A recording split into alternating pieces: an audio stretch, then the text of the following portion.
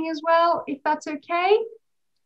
We can't see Christine's camera, so I don't know if that's Hold connected. on, I'll figure that out. I don't know why that is. It's fine. I'm sure we'll work that out in a bit. So you're not coming up until a bit later on, Christine. So hopefully there'll be enough time to get that sorted. So I'm going to start, I think, with a very general welcome to everyone. This is not, this is, I'm just very, very, it's lovely to see you all here. And it's great that I'm having this time, some of our amazing PhD students looking after this event rather than hearing it from me again, as you've done in the last few times. So welcome everyone. I'm Dimitra Fimi. I'm Senior Lecturer in Fantasy and Children's Literature. And also I'm the co-director of the Centre for Fantasy, and they're fantastic here at the University of Glasgow. And it's, as I was saying before, it's a great pleasure to welcome you to our last event of 2020 and our fourth event since we launched the Centre this September. And very appositely, as I'm sure you can all see from the presenter's attire, this is a Christmas themed event on Christmas ghost stories and hauntings. And as I was saying before, I'm very pleased and very proud to see our own students having organized this. So we have Centre members and fantasy PhD students, Monica Vasquez and Marita Avaniti, with help from Meg MacDonald. And I will pass on the baton to Monica in a moment, who will introduce our distinguished guests who join us from around the country.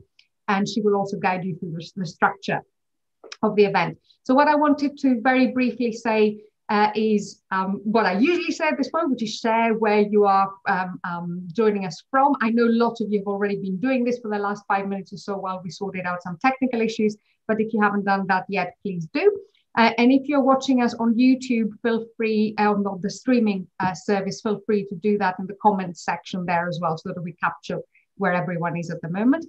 And also draw your attention to our mailing list, to the Centre mailing list, and I will post a link on the chat in a minute for that. We have a brand new form for you to subscribe if you want to be kept up to date with news and forthcoming Centre events and opportunities.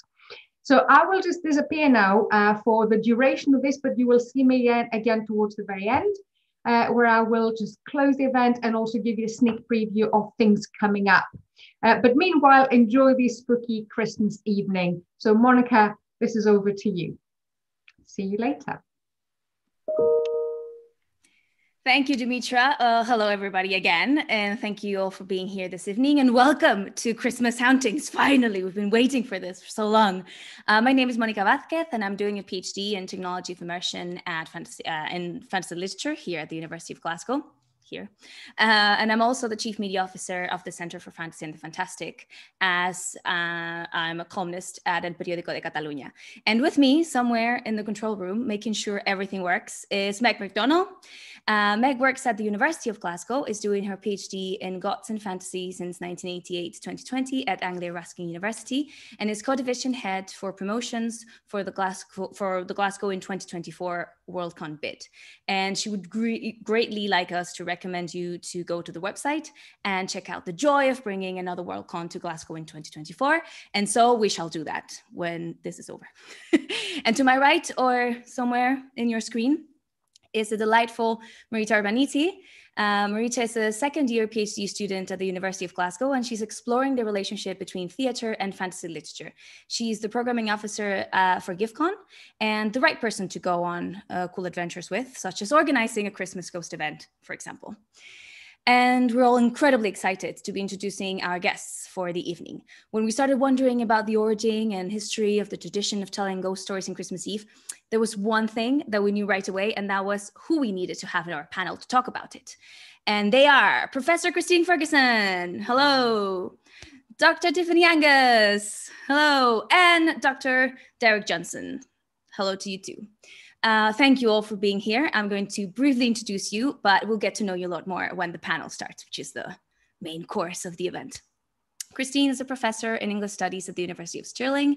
Her research focuses on the entwined histories of the literary Gothic and the British occult revival in the late 19th and early 20th century. And Tiffany is a senior lecturer in creative writing and publishing at Anglia Ruskin University, and the general director of the Anglia Centre for Science Fiction and Fantasy, and she's also an author herself. And Derek is a lecturer in broadcast at Queen's University Belfast, where he teaches the history and analysis of broadcast media. His research engages with fantastic genres such as science fiction and horror, and today he's here to talk to us about the wondrous tradition of telling ghost stories in Christmas Eve. So before we get started, with our panel, I thought maybe we could hear a little bit more about this tradition, and maybe Derek would dare to educate us a bit. What do you think, Derek? Well, give it a go. Let's see what I've got here, and I hope it's interesting. So, thank you, first of all, for inviting me to contribute to this event. Now, I have written and spoken elsewhere about the history of Christmas ghost stories in the UK. So if you wanted to hear more about that, you can always ask in the questions later on. I've also written about how the tradition of Midwinter ghost stories and tales of wonder seems to be genuinely ancient one. So this makes it unlike so many other of those traditions from time immemorial that were invented in the 18th and 19th century as part of the development of unifying identities for modern nation states in a connected industrial world. Which is not to say that the Victorians were not important in the way that they developed and adapted the tradition. What they did was take an existing oral tradition and make it something that was still domestic and familial, but was also national rather than local, commercial rather than freely shared, and authored rather than being a story belonging to a location, community, or family. In this way, the Christmas ghost story does become part of that formation of national identity and shared traditions. And that's basically what I want to talk about in this presentation. So the 19th century can be understood as a time of expansion in the UK. There was the expansion of communications networks such as railways and centralised postal services. There was the expansion of education and literacy, and with it, the expansion of print cultures. There was the expansion and consolidation of empire. None of these things were entirely new to the 19th century, but all were of increasing importance and rapid development. Of course, with expansion comes stress, tension, and fears of weakening. So the 19th century was a time of tension in the empire and between empires. But then what time in colonial histories is not a time of tension? It was a time of civil unrest and protest, and increasing calls for better conditions for the poor and working classes, and for increased democracy and equality. All of these were aided by the improved and constantly improving communications networks, and improved education and literacy, and the spreading of ideas through print. The response to such tensions and threats, internal and external, includes the calls to tradition, considered in Hobsbawm and Ranger's collection, The Invention of Tradition, as part of modern nation building.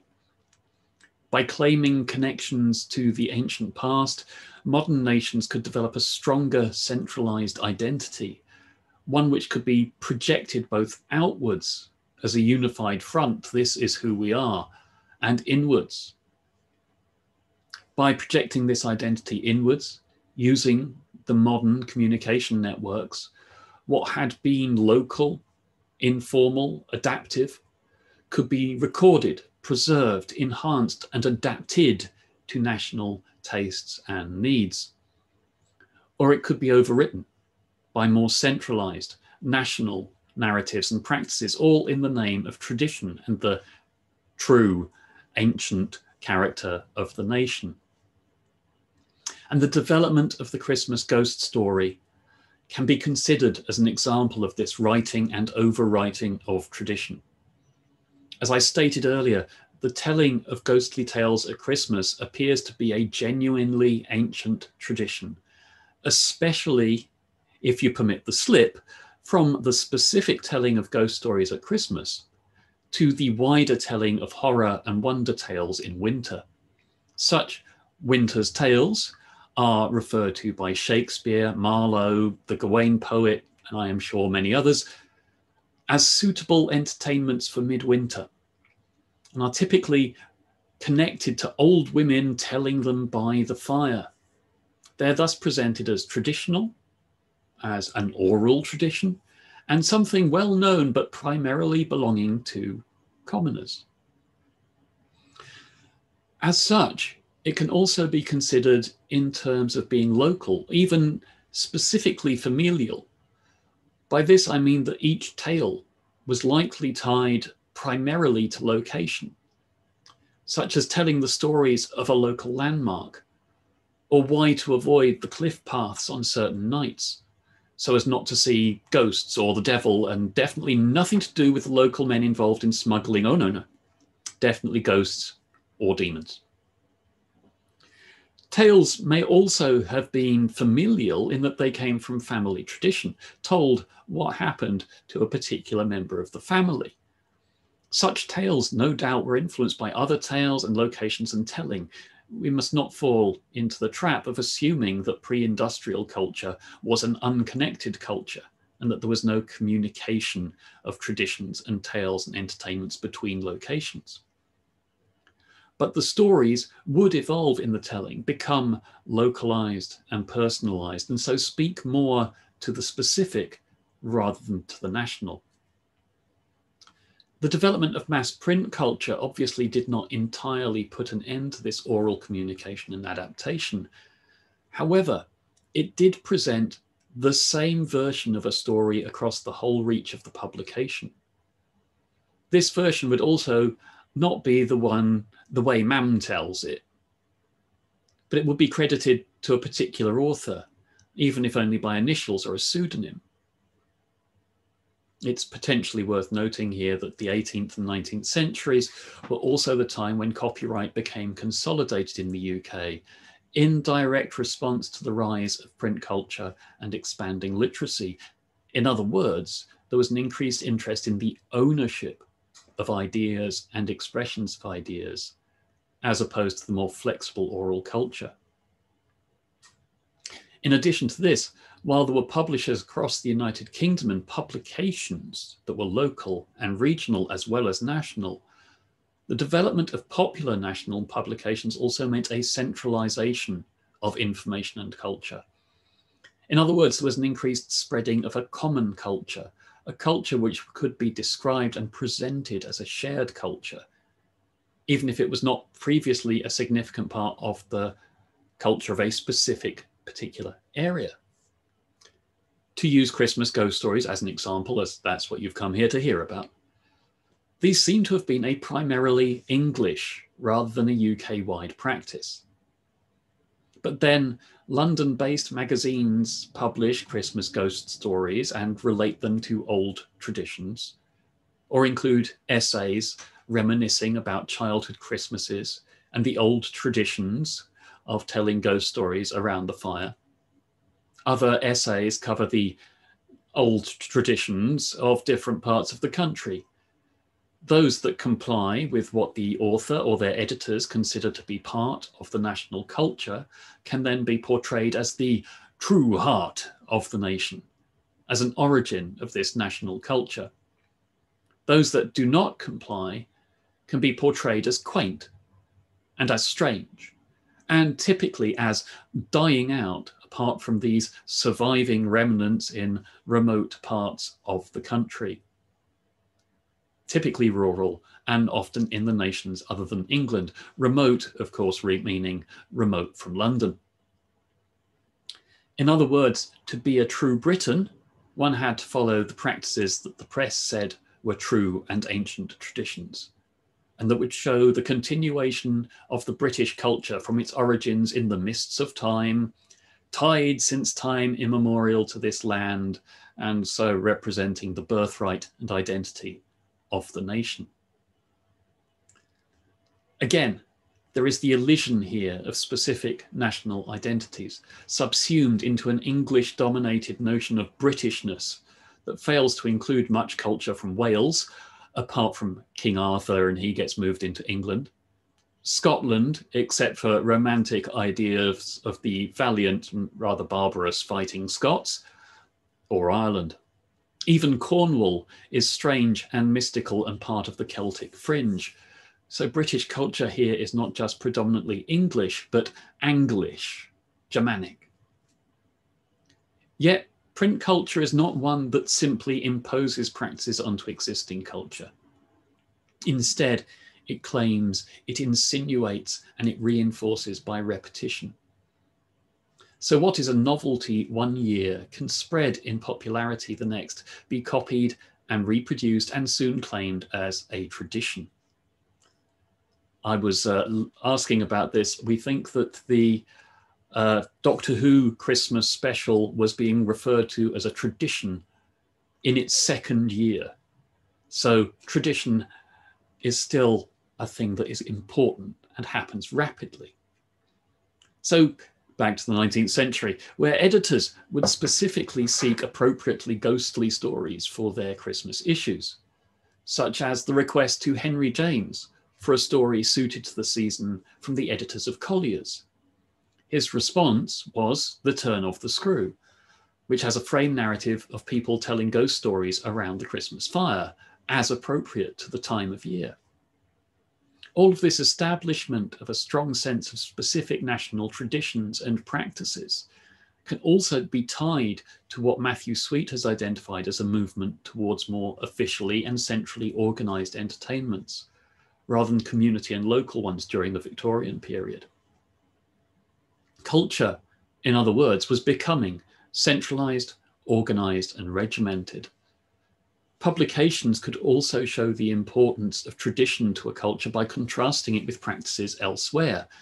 There are a number of articles along the lines of Christmas in Australia by an Australian colonist from 1872, where the colonist claims that we miss the shuddering treat of ghostly revelations because no ghost could stand the bold glance of an Australian sun. And so the tradition is made more specifically English, British, and tied nostalgically to ideas of home and to an indigenous British culture. After all, it must be a true British culture to be tied so closely to location and climate that it cannot thrive elsewhere. We can see this insinuation and consolidation of culture also happening when we move on briefly to the next popular media revolution, with the rise of radio and television through the 20th century. Only with radio and later television, there would be even more of a centralized control and even more of the imposition of the tastes of a relatively small group of people from a relatively small set of backgrounds across the nation. Yes, there were regional broadcasts at various times and varying degrees of independence, but one of John Reith's original conceptions for the BBC was that it should unite the nation. And one of the ways that was done through the development of traditions.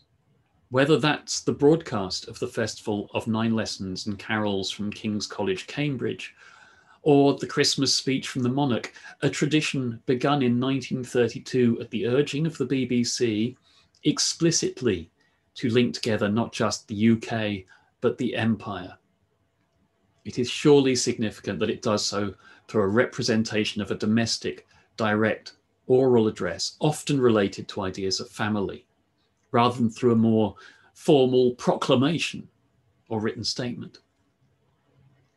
Or, of course, the tradition of the Christmas ghost story, whether it be a familiar one, an original one, or a supernatural element to the Christmas episode of non-supernatural series. Think Downton Abbey, Not Going Out, and so on.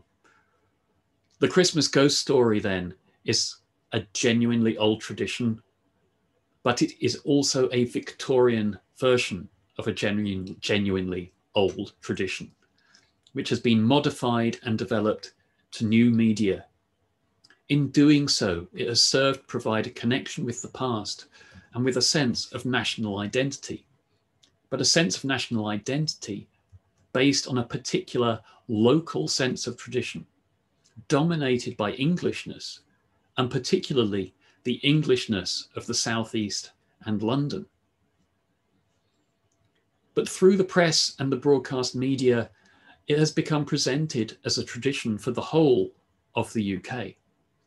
Only now, with the broadcast media fading in importance and national media seemingly doing so as well, the Christmas ghost story in those media is also fading.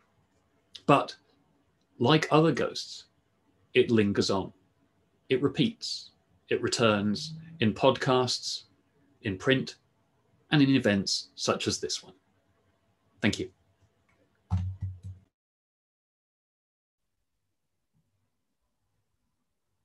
Well, thank you so much, Derek. That was exactly what we needed, I think. And I think that now that we know a little bit more about this tradition, maybe it's time to experience it. And it can be even for the first time for some of us, me included. So I was thinking that maybe we could fix this and just let the magic happen. Let's fix ourselves a drink if you don't have one. Maybe it could be an Arthur Machen's rum punch. Did I say it right? I think I did. Suggested by Professor Christine Ferguson the other day. So good choice. And we could just like sit back and let the magic happen with Jeanette Winterson's chilling tale, Dark Christmas, performed by us, for us by our very own Meg MacDonald. So let's just do it.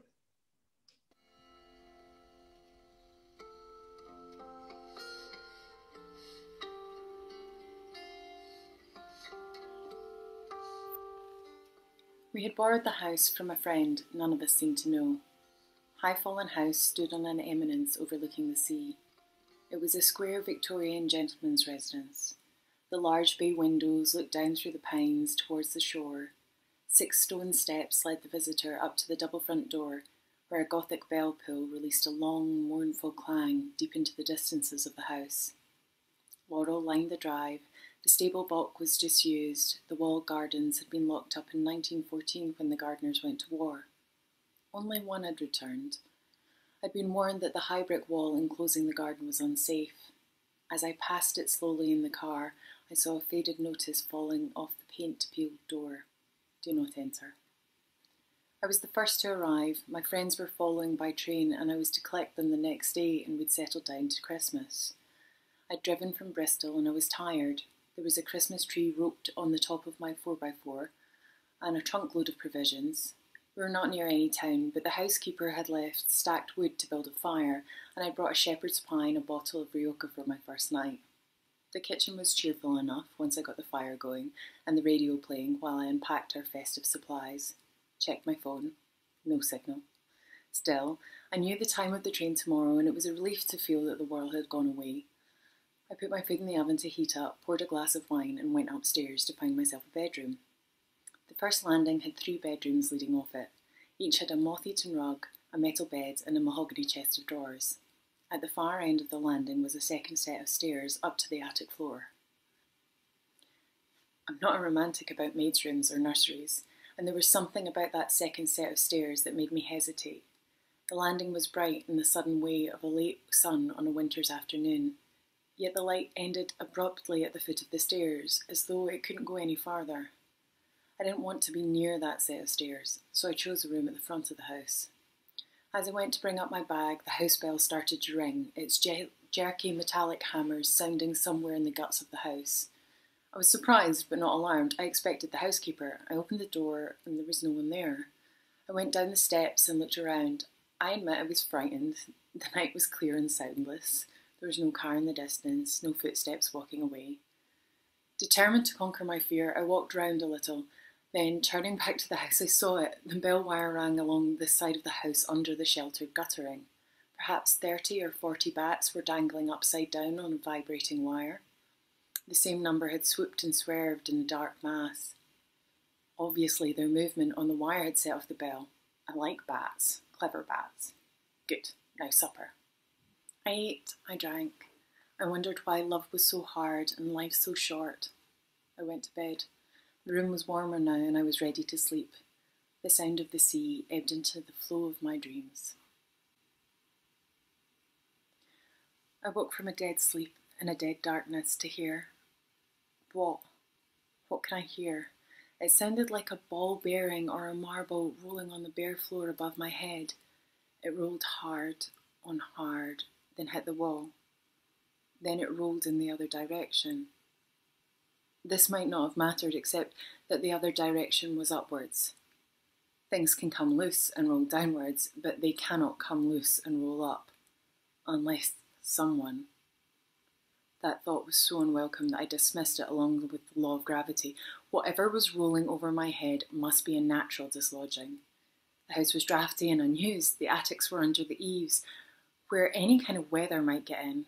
Weather or animal, remember the bats, and pulled the covers up over my eyebrows and pretended not to listen. There it was again. Hard, on hit, on pause, on roll. I waited for sleep, waiting for daylight. We're lucky, even the worst of us, because daylight comes. It was a brooding day, that 21st of December, the shortest day of the year. Coffee, coat on, car keys. Shouldn't I just check the attic? The second set of stairs was narrow, a servant's staircase. It led to a lath-and-plastered corridor, barely shoulder-width wide. I started coughing. Breathing was difficult. Damp had dropped the plaster in thick, crumbling heaps of floorboards. As below, there were 3 doors. 2 were closed. The door to the room above my room was ajar. I made myself go forward. The room was under the eaves, as I'd guessed. The floor was rough. There was no bed, only a washstand and a clothes rail. What surprised me was the nativity scene in the corner. Standing about 2 feet tall, it was more like a doll's house than a Christmas decoration. Inside the open-fronted stable stood the animals, the shepherds, the crib, Joseph. Above the roof, on a bit of wire, was a battered star. It was old, handmade, in a workmanlike but not craftsmanlike sort of way. The painted wood now rubbed and faded like pigments of time. I thought I would carry it downstairs and put it by our Christmas tree. It must have been made for the children where there were children here. I stuffed my pockets with the figures and animals and left quickly, leaving the door open. I had to set off for the station. Stephen and Susie could help me with the rest later. As soon as I was out of the house, my lungs felt clear again. It must have been plaster dust. The drive to the station was along the coast road, lonely and unyielding. The road turned in a series of blind bends and tight corners. I met no one and I saw no one. Gulls circled over the sea. The station itself was a simple shelter on a long single track. There was no information boards. I checked my phone, no signal. At last the train appeared distantly down the track. I was excited. Memories of visiting my father as a child when he was stationed at his RAF base gave me a rush of pleasure whenever I travelled by train or came to meet one. The train slowed and halted. The guard stood down for a moment. I watched the doors. It wasn't a big train, this branch line train, but none of the doors opened. I waved at the guard who came over. "I'm meeting my friends." He shook his head. "Train's empty. Next stop's the end of the line." I was confused. Had they got off at an earlier stop? I described them. The guard shook his head again. "I noticed strangers. They would have boarded at Carlisle. Asked me where it got off. Always do." "Is there another train tomorrow?" "One a day and that's your lot. And more than anybody needs in a place like this. Where are you staying?" "High Fallen House. Do you know it?" "Oh aye, we all know it." He looked as if he was about to say something else. Instead he blew his whistle. The empty train pulled away, leaving me staring down the long track, watching the red light like a warning. I needed to get signal on my phone. I drove on past the station, following the steep hill, hoping some height would connect me to the rest of the world. At the top of the hill, I stopped the car and got out, pulling up the collar of my coat. The first snow hit my face with insect insistence, sharp and spiteful like little bites. I looked across the whitening bay. That must be High Fallen House. But what's that? 2 figures walking on the beach. Is it Stephen and Susie? Had they driven here after all? Then as I strained my eyes against the deceit of distance, I realised that the second figure was much smaller than the first. They were walking purposefully towards the house. When I arrived back, it was nearly dark. I put on the lights, blew the fire into a blaze. There was no sign of the mysterious couple I'd seen from the hill. Perhaps it had been the housekeeper and her daughter come to make sure everything was all right. I had a telephone number for Mrs. Wormwood, but without a signal, I couldn't call her. The snow was thickening in windy swirls. Relax, have a whiskey. I leaned on the warm kitchen range with my whiskey in my hand. The wooden figures I had brought down from the attic were lying on the kitchen table. I should go up and get the stable. I don't want to. I bounded up the first set of stairs, using energy to force out unease. At my bedroom, I put on the light. That felt better. The second set of stairs stood in shadow at the end of the long landing. I felt that constriction in my lungs again. Why am I holding the handrail like an old man? I could see that the only light to the attic was at the top of the stairs. I found the round, brown Bakelite switch. I flicked down the nipple. The single bulb lit up reluctantly. The room was straight ahead. The door was closed. Hadn't I left it open? I turned the handle and stood in the doorway. The room dimly lit by the light from the stairs. Washstand, nativity, clothes rail. On the clothes rail was a child's dress. I hadn't noticed that before. I suppose I'd been in a hurry. Pushing aside my misgivings, I went in purposefully and bent down to pick up the wooden nativity. It was heavy and I just got it secure in my arms when the light on the landing went out. Hello? Who's there? There's someone breathing like they can barely breathe. Not faint. Struggling for breath. I mustn't turn around, because whoever or whatever it is behind me. I stood still for a minute, steadying my nerve. Then I shuffled forward towards the edge of light coming from the downstairs. At the doorway, I heard a step behind me. I lost my balance and I put a hand to steady myself. My hand gripped something wet. The clothes rail, it must be the dress. My heart was overbeating. Don't panic. Bakelite, bad wiring, strange house, darkness, aloneness. But you're not alone, are you?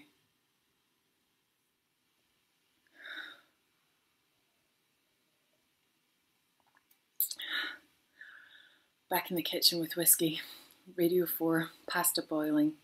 I examined the dress. It was for a small child, and it was hand knitted. The wool was smelly and sopping. I washed it out and left it hanging over the sink to drip. I guess there must be a hole in the roof and the dress had been soaking up the rain for a long time. I ate my supper, tried to read, told myself there'd been nothing at all. It was only 8 p.m. I didn't want to go to bed, though the snow outside was like a quilt. I decided to arrange the nativity. Donkey, sheep, camels, wise men, shepherd, star, Joseph. The crib was there, but it was empty. There was no Christ child, and there was no Mary. Had I dropped them in the dark room?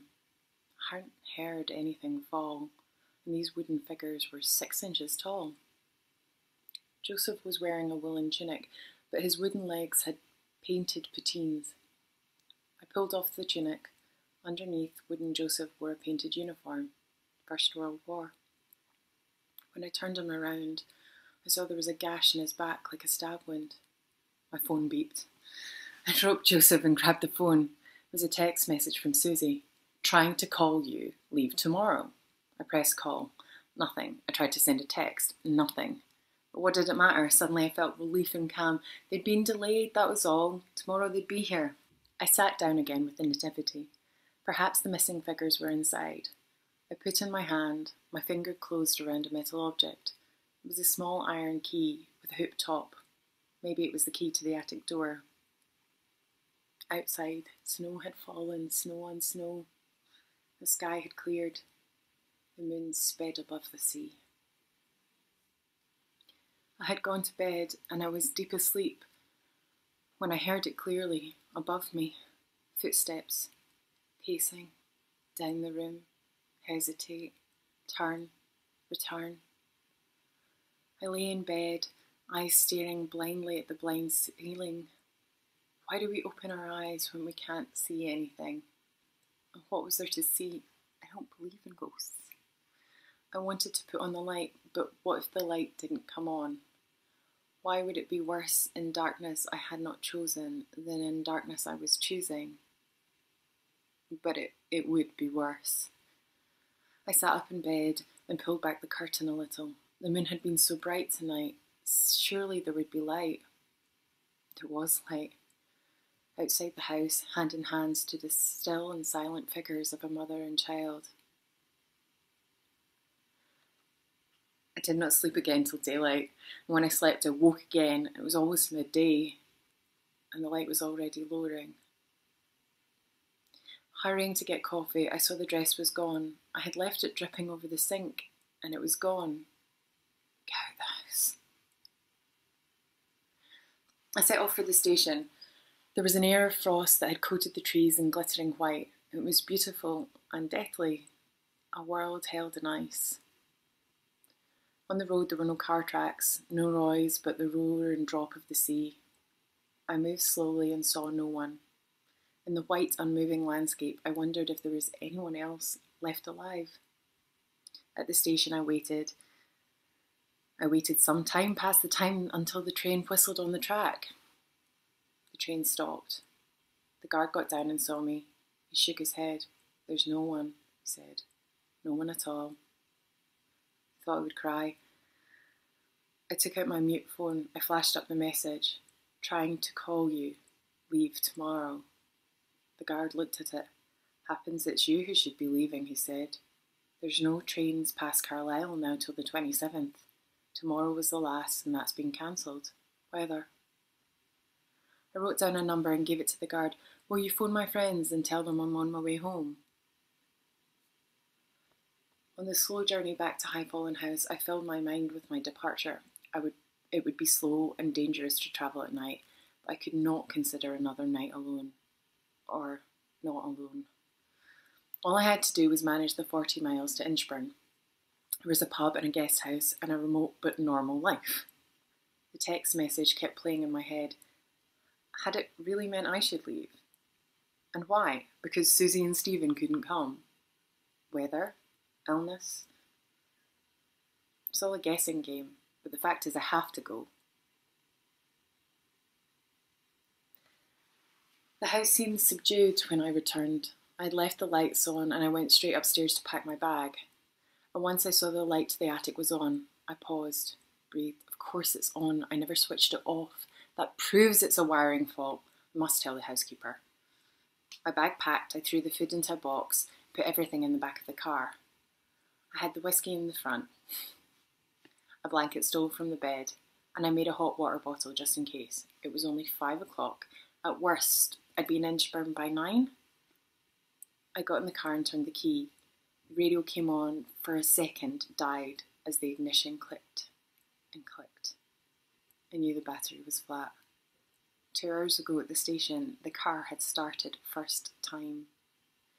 Even if I'd left the lights on, but I hadn't left the lights on. Cold panic hit me. Took a swig of whiskey.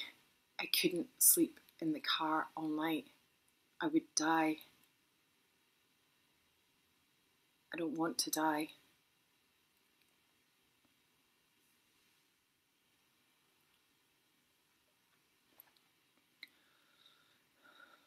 Back in the house, I wondered what I was going to do all night.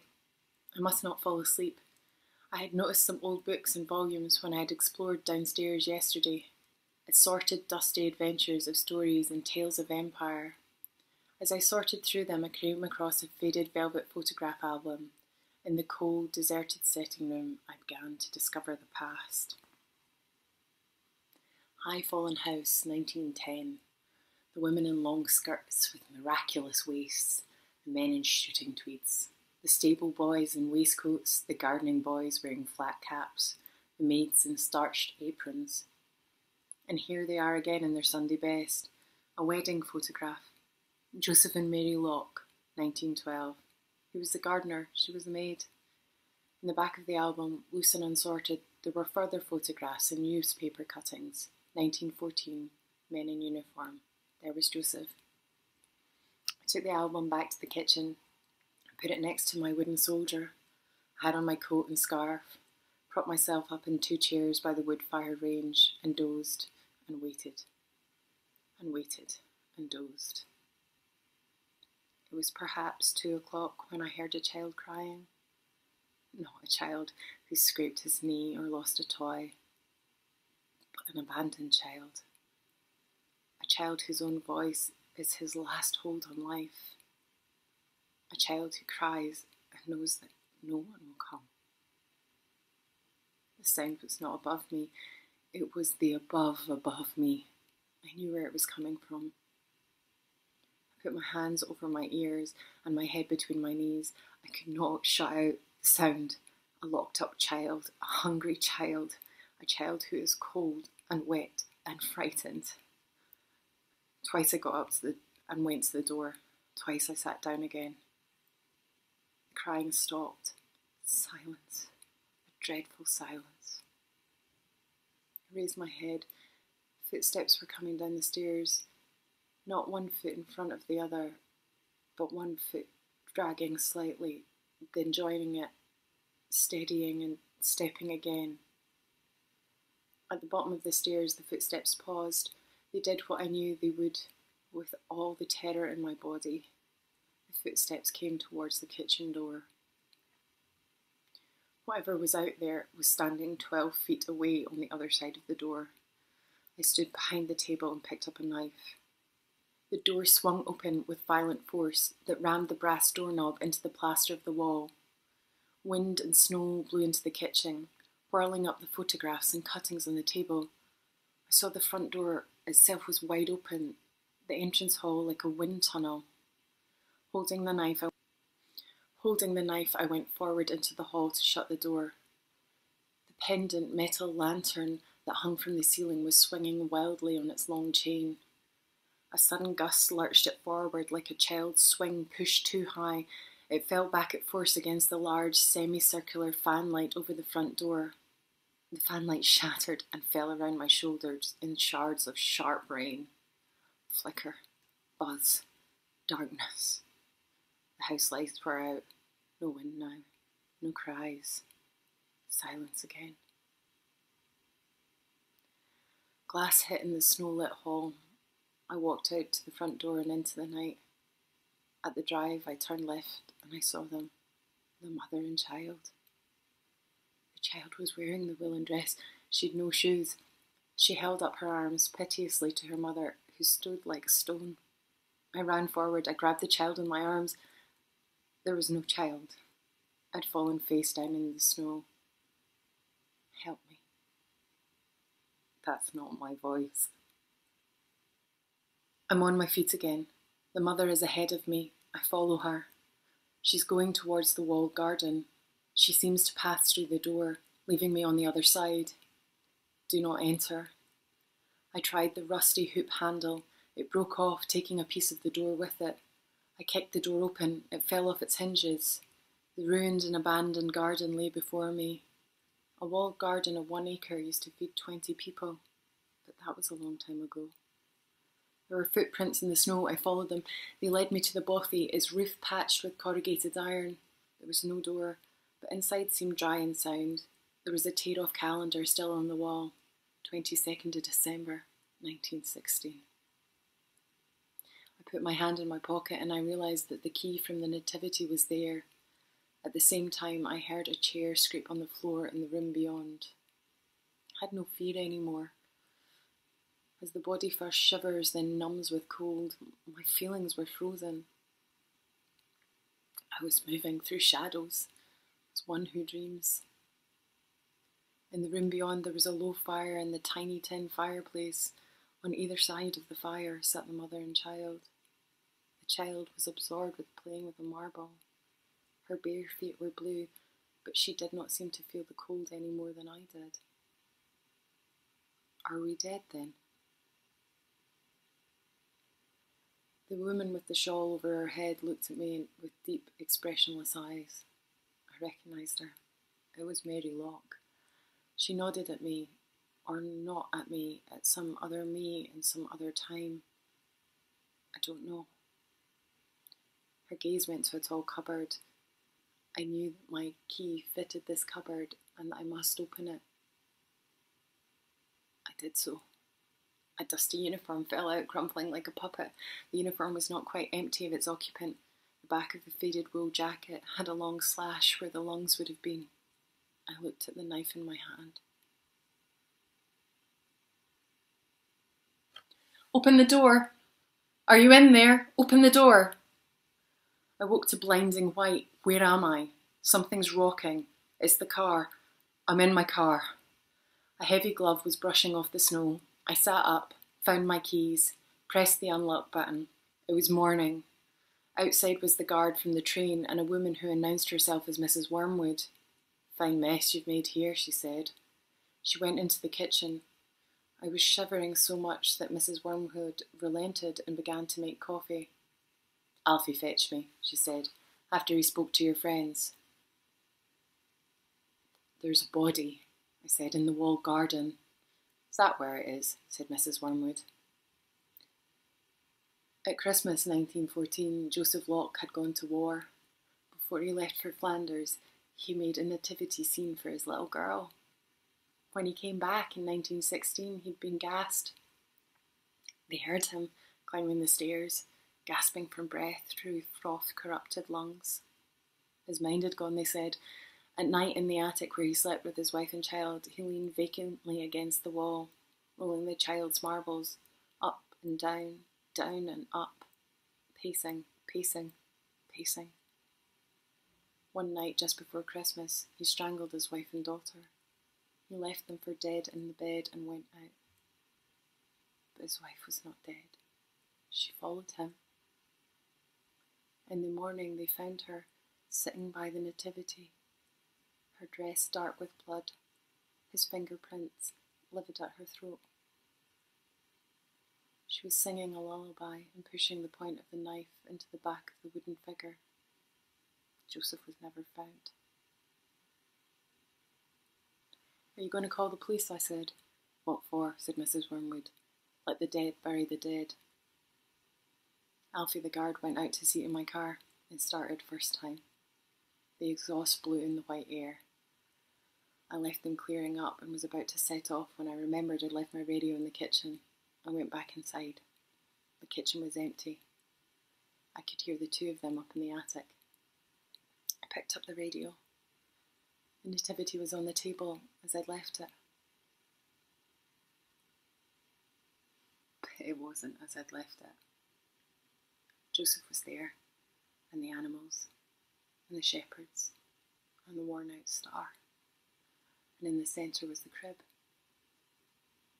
Next to the crib were the wooden figures of a mother and child.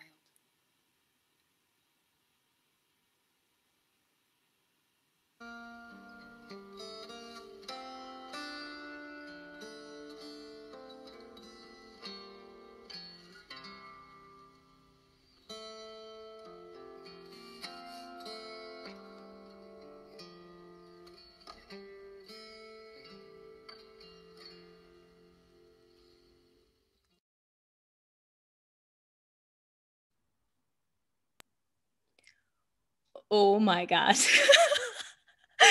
My heart is literally racing. I don't know about you guys. That was incredible, Meg. That was amazing. Okay, let's just catch a breath for a couple of minutes. But I think that now that, we've seen all this, first of all, let's start by saying thank you so much to, of course, Jeanette Winterson for letting us use her Dark Christmas, which was originally published as part of the Guardian's Christmas Ghost Story series in 2013. And of course, thank you, Meg, for such a wonderful performance. I don't think I'll be able to sleep tonight, or maybe in days, to be honest, but that was incredible. I loved it so much. I can already tell you that everyone else is loving it. I can see the chat and everyone's like fangirling, as they should, because that was incredible. So thank you so much for that. And now that we know a little bit more of the tradition and that we've experienced its magic with this little reading, I think that it's time to get the panel started. What do you think about that, Marita?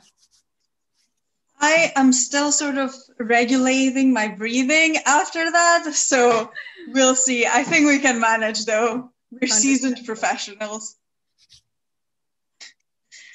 So, as Monica just said, we are just going to move straight to our wonderful panel. We have, as she mentioned before, Christine Ferguson, Eric Johnston, and Tiffany Angus. If you'd like to unmute yourselves or be unmuted so we can start having a conversation. Please, everyone, if you'd like, use the Q&A function to ask questions so that we can access them more easily. If you're watching from YouTube, you can also leave your questions there. We will try to get them all to our wonderful panelists. I will start us off just to give everyone a chance to, take a breath, go back to the academic state of mind. So jumping off from Eric's introduction, I've been left thinking a lot about the relationship between Christmas ghost story, the Christmas ghost story tradition, and class. He talked a lot about Christmas ghost story as a sort of nationalist new creation of a tradition to unite past the idea of Englishness as Britishness, etc., etc. I am interested in how class fits into the Christmas ghost story. Was it, a rich man's game? Was it spread more widely? I hesitate to mention him. Where does come in? I'll pass it on to you. Who do you want to start? Well, I sort of assumed that you would fight and give us some more entertainment, but maybe we can start by Christine. Sure, I'm happy to talk about the class of the ghost story. I think Derek's absolutely right. This is a story that has strong associations with Englishness, and particularly the idea of the English aristocratic great house, right? Although isn't it interesting that some of the most important practitioners in this period are, if we think about Walter Scott or Margaret Oliphant, Arthur Machen, Sheridan Le Fanu are coming from the outside as well. But we do have this fixation on a very nostalgic longing maybe for a great estate, right? A remnant of a class order that is under siege, is under attack. But what we think of that class politics is very much up for debate, I think. Is it a yearning for a kind of lost sense of Englishness, where having a ghost is a sense of a pedigree, as it is in, some of you may know Oscar Wilde's brilliant sort of ghost story parody, The Canterville Ghost, where nouveau rich Americans buy an English country estate because they want to have class, right? So they make sure they buy one that's got a good ghost. But also a lot of these ghost stories, we see people move into these houses solely to destroy them and to destroy what they represent. And the stories, particularly, I mentioned Walter Scott, his story, The Tapestry Chamber, it's really about the corruption of old families, right? The old, this very Gothic idea that the aristocratic family is associated with murder and crime and incest and demonology and all of those things. So there is a class focus, but this could be anything from the political scale, from the very right wing to the very radical. But I'll hand that over to my fellow panelists. I think it's really interesting as an American. So first of all, like Christmas ghost story thing doesn't really exist in the States. So I was doing a little research this week thinking, yeah, how does class feed into this? Because, I read about big country estates. And what's interesting to me as somebody who teaches writing and who teaches publishing as well, and this ties into what Derek was talking about, is you had, during the Victorian era, this rise of people who could read and rise of magazines and material. And so people, who were in like urban areas would read all these stories. Ghost stories were set in urban areas, but so often they were set in the large country piles. So it was sort of like voyeuring, see how, kind of like how we like to watch shows with rich people's houses in them. It was the same sort of thing. Like, what are these people's like?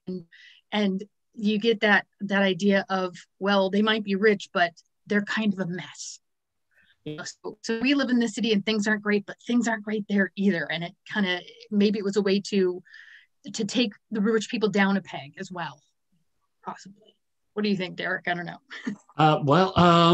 Roger Clark's fabulous Natural History of Ghosts has some great stuff about the haunted house, and I've seen some of the comments running up the side of my screen, people saying about haunted council houses.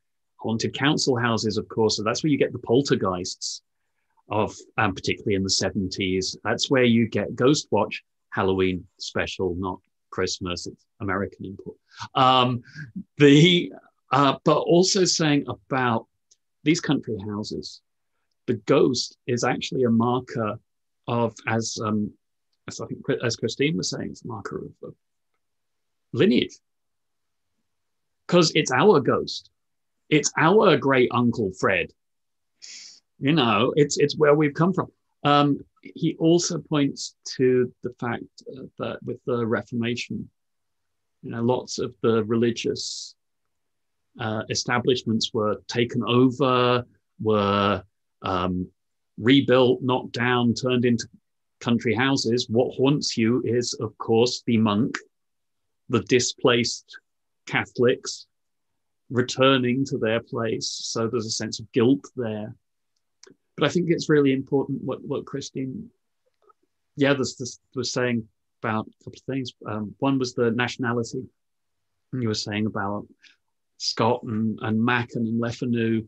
And you've just come up with a really interesting research proposal there, which is, did things like Blackwoods or the Dublin, I forgot the name of it, was the Trinities magazine. University magazine, I think. Did they do Christmas ghost stories? So did the regional periodicals do them?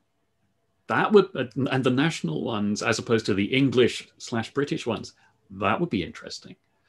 And then, of course, you're absolutely right about that. They're often written by women. They're often, as Tiffany was saying, you know, they're seeing this is the country house, but you also see a lot of middle-class ones in the Victorian era. And and it's the fact that they're haunting these middle-class, nice homes, but homes in town. And they're not necessarily Christmas ghost stories, but ghost stories like Ghost in the Bank of England. They are the ghosts that are haunting well-to-do, but not aristocratic people. And so part of the pleasure, presumably, is these are chills in our own environment. You know you're safe in your nice apartment, your nice place in the city. So letting a little controlled danger in is nice. But of course, doesn't mean that the authors can't have something a little more subversive in mind, or we can't read those tensions there. Would this have been a way for, you know, the middle class to have, no, it's in an urban area, and this is the middle classes, and they get their ghost stories too. But would it have been a way to, I don't want to say rise through the ranks, that's not the term I want, but to add to their importance, like that they're much more established, like older families. We've been around long enough now that we can have a ghost too. And so like those other people who were two families live in a flat together and they move around a lot, they haven't been established long enough. But we're middle class, and we our house, and we're here, and we have our servant, and now we can have a ghost as well. Kind of like keeping up with the Joneses. Yeah. Yeah, we'll think how many, you know, it's one of the cliched forms of the ghost story is the unexpected inheritance, right? Yeah, which I wrote. Silly American. I was actually, thank you for mentioning your writing, because the next thing that I was going to ask was about your ghosts specifically, Tiffany. I was going to sort of throw that to you, and your sort of the play with time and the ghosts in your novel, if you'd like to talk a little bit about that, your own personal experience writing the ghost. It was interesting that the story that Meg read had a walled garden in it, because the novel that just came out is a haunted garden, 400 years in a haunted garden, and it's the same English country house garden. And so it totally that we're an established family and we have ghosts, and everybody who's been here is still here. But in the novel, it's the people who worked in the garden, not the people who necessarily own the land. So but everybody's still around, because this idea that if you've had to do with the keeping of the place needs keepers. The garden wants somebody to stay, and so what it does is it has to sort of seduce people into stay, and it does that through all sorts of different ways. But in the garden, they'll see people from the past or from the future, so you get this idea of like the hope of always being around. So not scary in the same way of what we just heard or what we're used to with Christmas ghost stories. Not but more seductive to keep people to take care of it, because for a garden to be a garden, it has to be taken care of. Yeah. But I didn't do writing and set in the garden that is actually a Christmas one. So maybe that'll be out someday. Maybe for next Christmas. Maybe. So we have a question from Wells, who says, it's interesting that so many ghost stories involve children, the turn of the screw being the classic example. Can you think of why? Would you like to start us off here, Eric?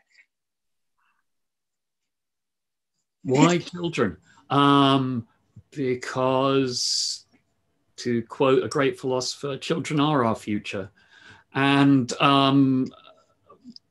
what a child ghost tells us is that's a future cut short. So isn't that part of the horror? Of course, there's also the whole children seeing the ghosts, if it's not a child ghost. And that ties into beliefs about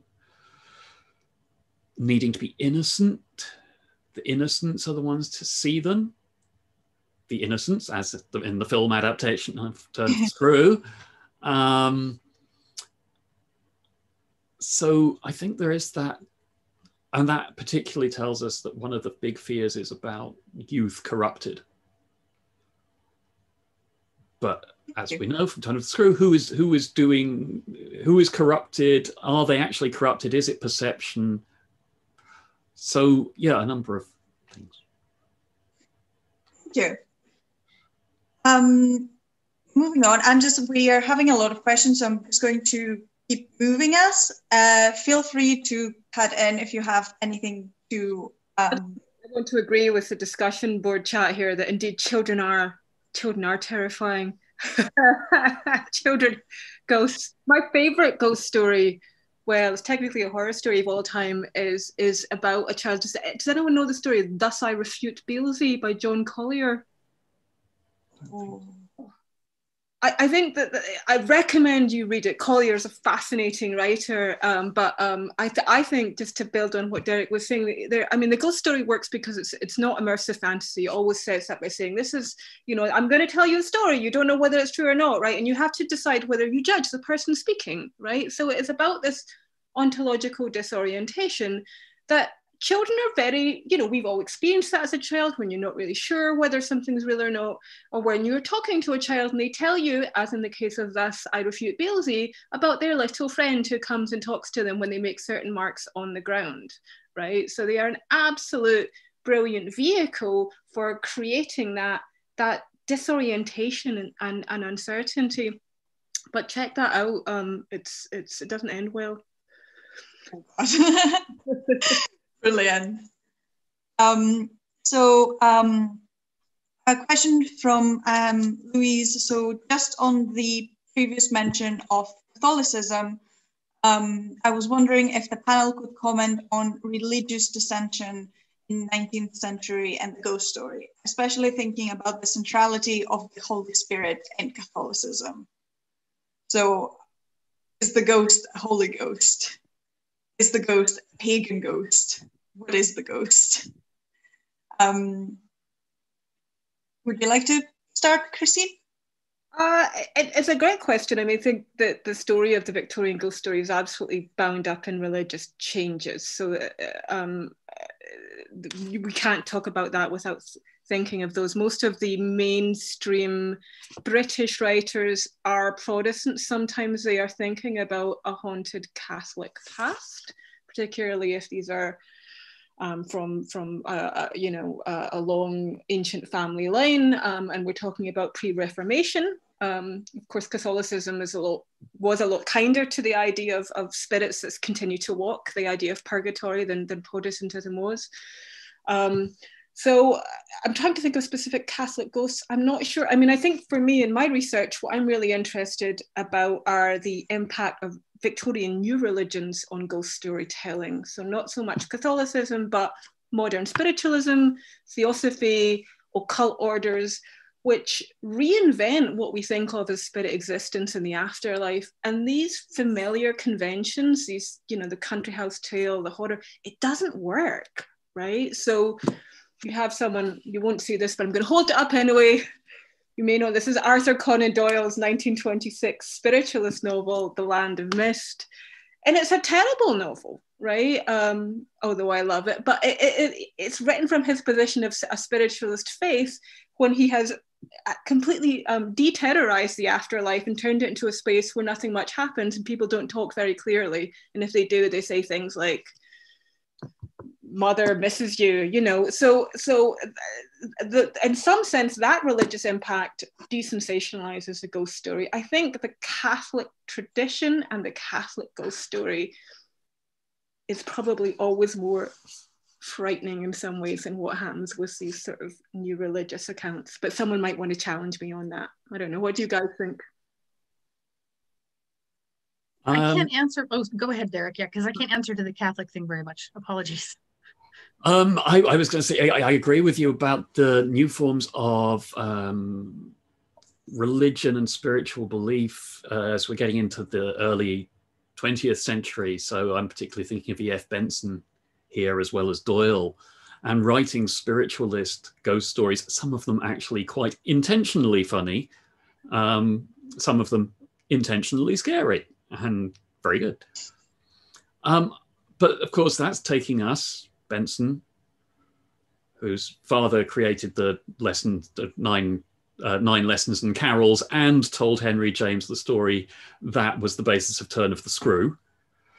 Benson was a friend of M.R. James, and James goes back to medieval ghosts. They're tactile, they're squishy, they're physical, they are physical presences. And that, I think, is one of the things that makes him stand out, and one of the reasons why he still survives, is it's not, he has that, his antiquarian air allows him to put a bit of distance, but then it is obviously absolutely physically true to the characters. It's not a, well, it might be, or this is a story. Well, some of them are, this was a story told to me by somebody who was told the story.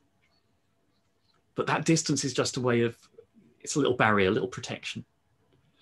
I love that. And I hate the term, the idea of a squishy ghost. I'm just going to swoop way past that, not ready to deal.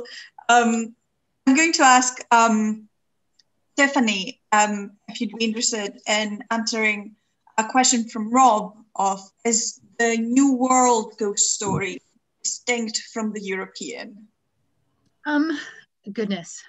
Well, I mean, I always think of there's such a difference between sort of an American mindset and a European mindset because of, us being rather new.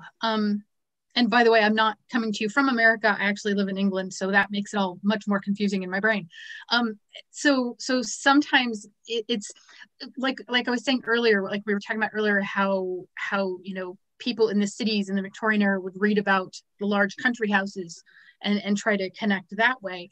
I think sometimes in the States, the ghost story is a way to sort of find that history that feels sometimes like it's missing from Americans. It isn't something that like all Americans necessarily have thought about or can vocalize. It's something I've thought about a bit as somebody who's up stakes and moved across the world to a place where history comes from.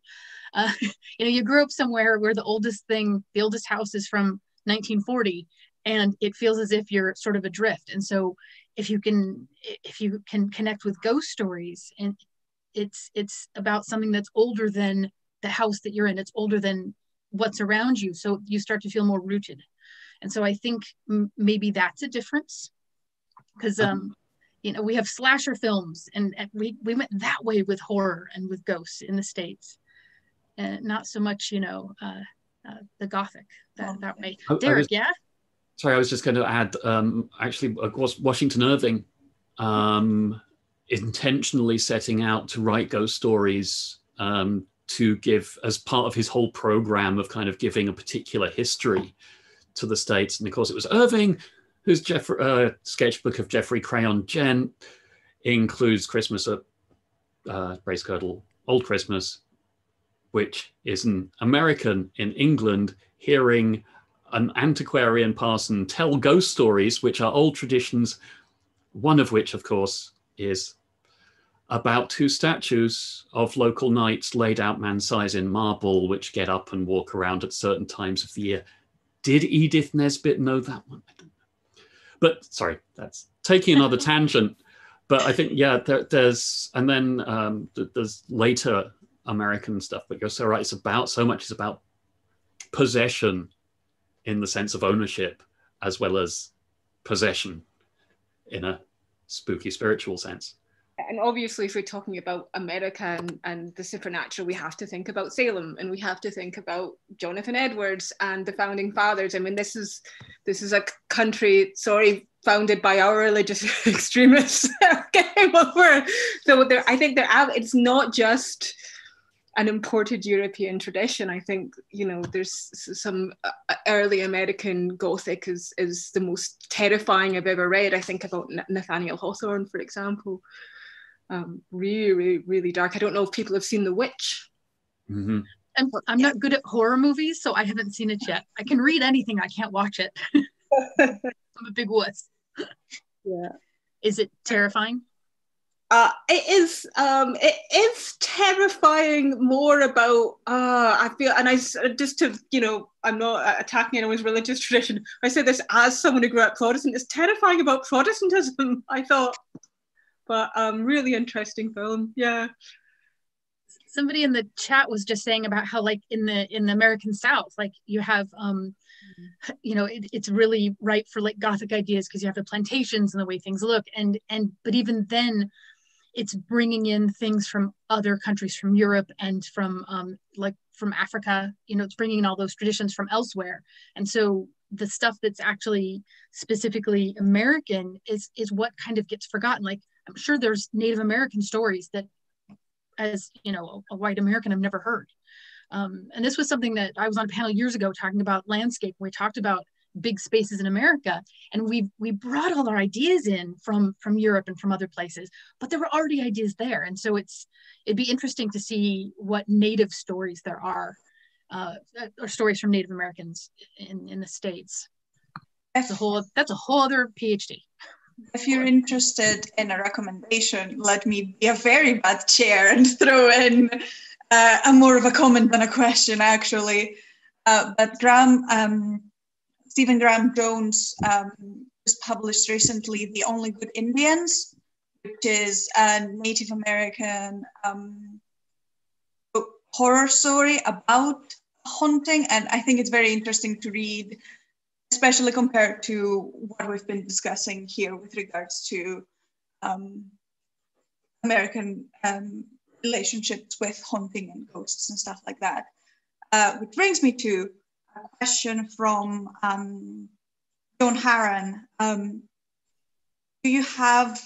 Do we find ghost stories about race in plantation houses? are there stories of sort of like the haunting of the plantation house, and who is it haunted by? I'm sure there are. I don't know of any. There have to be, though. I mean, it's ripe for that kind of thing, especially when you think about what happened to those places and the history of them and the energy of the people that was left behind who had been brought in from far across the ocean. And it feels like it's ripe for just terrible ghost revenge stories. Yeah, if it's out there, if anybody knows of it, please put it in the comments, because I would love to read them, but I don't know of any off the top of my head. I'm sorry. The comments, people are talking about Beloved, obviously, which is probably the most famous example of, Toni Morrison thinking about the legacy of slavery and using the tradition of the Gothic to think about that. We can also see more recently the Confessions of Fanny Langton. Is it Langton? Is that? I haven't read that. Yeah, Langton, I think. Yeah, it is great. So yeah, I mean, I think there's loads of examples of this in the Southern Gothic, which maybe picks up on what we were talking about earlier in terms of class. And when we think about what the politics of the ghost story are, I mean, often the ghost story is about bringing truth to power and saying that no matter, what injustices you may get away with while we are alive, there will be justice someday, right? And what the idea of the supernatural does is just extends the time frame in which that process can be thought. No one ever gets away with anything forever, right? And that's what the ghost story tells us. Yeah. Perfect. Equally comforting and terrifying. So a question by Kate Harvey. Is there a possible link between attitudes to death and therefore ghosts in the Victorian period in comparison to the English tradition and the Scottish and Irish approach to death and ghosts and oral traditions? So I'm going to throw that at Derek to start with, but feel free to chip in. Probably. That's good answer. That's as far as I'm going at the moment, probably. As in, I've not really looked into those traditions, but it makes sense. Fair enough.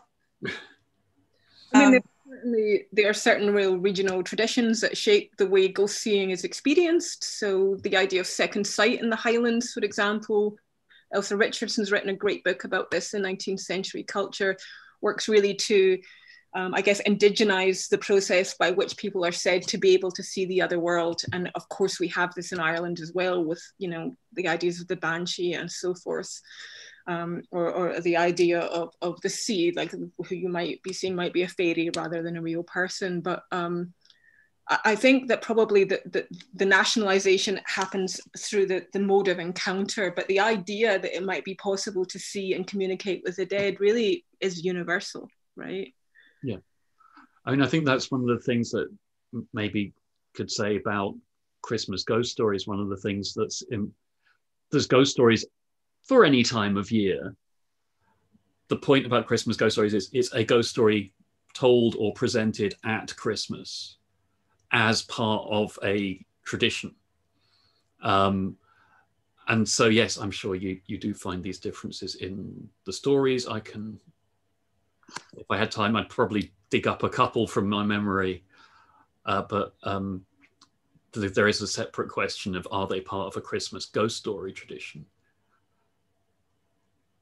Perfect, thank you very much. So speaking of time, we are approaching the end of ours. So I'm just going to sort of round this up with appropriately a look to the future and a question from Ivan about seeing the direction that society seems to be going, especially in the way that we currently communicate using technology, social networks and stuff like that. How do you think the tradition of Christmas ghost story will vary or evolve over time? I'm to be speculative about the future. I mean, you have like social media, and we have, I have friends who've passed, and I still have their texts on my phone. I still have access to their Facebook pages, and I'll go in every, year and see their stuff and think about them. And so I think that's definitely right area to go if somebody's probably already written a story about it. But that's an interesting thing, because at this time of year, especially this year, weirdly, we're all thinking about this last year and everything that's happened, and thinking about all the people, like our families and everybody else. And we can't help but think about what's past and try to make sense of it. And one way that we've dealt with the past 10 months is all these little boxes on our screens. And so it's like all these things are crashing together. And so maybe this will have something to do with how we keep wanting to connect, even if it's over the internet, even if it's over social media. And so I don't see us ever giving up wanting to see people face to face. This makes us want to see people face to face even more than we did before.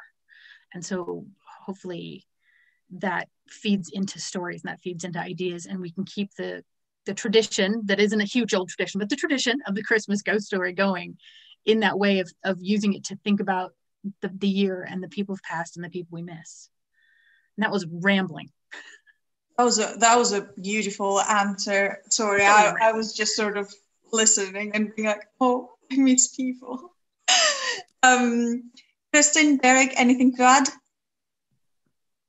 I mean, absolutely. I think, Tiffany, you're right. Ghost stories are always about media in some ways. We've had many about television already, and about phones, and the media of storytelling. They're always about the scene of the storytelling. So hopefully that will continue. I would just say, I hope that one thing that happens in the future of the ghost is that we see a continued evolution of form, and not simply a repetition of convention. Ghost story is nothing if not really conventional, but maybe more experimentation. And I'm thinking, I don't know if anyone knows this novel by Lorna Good called A Ghost Story, which is a novel about Katie King, who is one of the most commonly channeled spirits in 19th century spiritualism. And she really takes this figure of Katie King and uses her to do something very different with the idea of what it might mean to narrate a story of death and contact. And certainly the idea of spectrality and the ghost has been important to the European avant-garde. So I hope that there are more, not simply reiterations and reworkings of the same formula with new form of media, but maybe completely different ways of telling stories too. Yeah, as Christine said, I mean, the person who basically invented radio was Oliver Lodge, who was a physicist, but also a spiritualist. And he did create it in part because he thought you could collect the voices of the dead, you could talk to the dead through it. Old issues of the Radio Times have ghost stories every Christmas, and a lot of them are linked to radio because it's the radio they're advertising. So there is always that medium thing. As to what happens in the future, of course, it's going to adapt to new media. Christine's right, looking for new things, new ways of doing it, whether it's zombie walks or location-specific audio, or as people have mentioned in the chat, the Dear David and similar kind of ongoing, is it real, is it not, narratives that happen over social media, Slender Man mythos, etc., etc. As for traditions, what I see over social media, what I see with events like this, is they continue. There are new forms, they adapt. Like ghosts, this is sounding like a rounding off. Like ghosts, traditions survive because they have value, because they have a thing to do. So as long as people find value in Christmas ghost stories, whether that is, it is a comfort to run back to, it is a nostalgic familiarity, or because it is something else that works for them, you know, whether it's community building, for example. Let's think of how many people are sharing Christmas ghost stories, like they share Halloween ghost stories or Halloween horror tales. As long as they've got that value, they'll continue. They might fade away, they might resurrect, And that's as far as I'm going with this metaphor. But I think, yeah, they'll continue until there's no reason. Perfect. Thank you. This was a lovely, as you said, a lovely rounding off. Couldn't have planned it better if we'd rewritten the script. So we're just going to bring Monica back from her self-imposed exile away from the cameras. Thank you all very much for coming and for taking part in this panel. And yeah, I'll just pass the baton to Monica. Hello again. Thank you so much for this panel. That was amazing. Thank you, Marita, for being our wonderful chair for this event. And of course, thank you to our panelists, Christine, Tiffany, and Derek. Thank you for being part of this event. We were very excited about it. And the moment you guys jumped in, it was like, this is going to be great. So thank you so much again. Thank you, Marita, again. Thank you, Meg, to be in the controls and managing everything and making sure that everything works fine. And thank you, Dimitra, for all your wonderful work. It's been an incredible event, and it was a great experience working with all of you guys from my experience. And thank you, of course, our attendees. Thank you for being here with us today and for selling out the event, which was crazy, but amazing. So thank you so much. And we hope to continue the conversation on Twitter as well as on YouTube and Discord.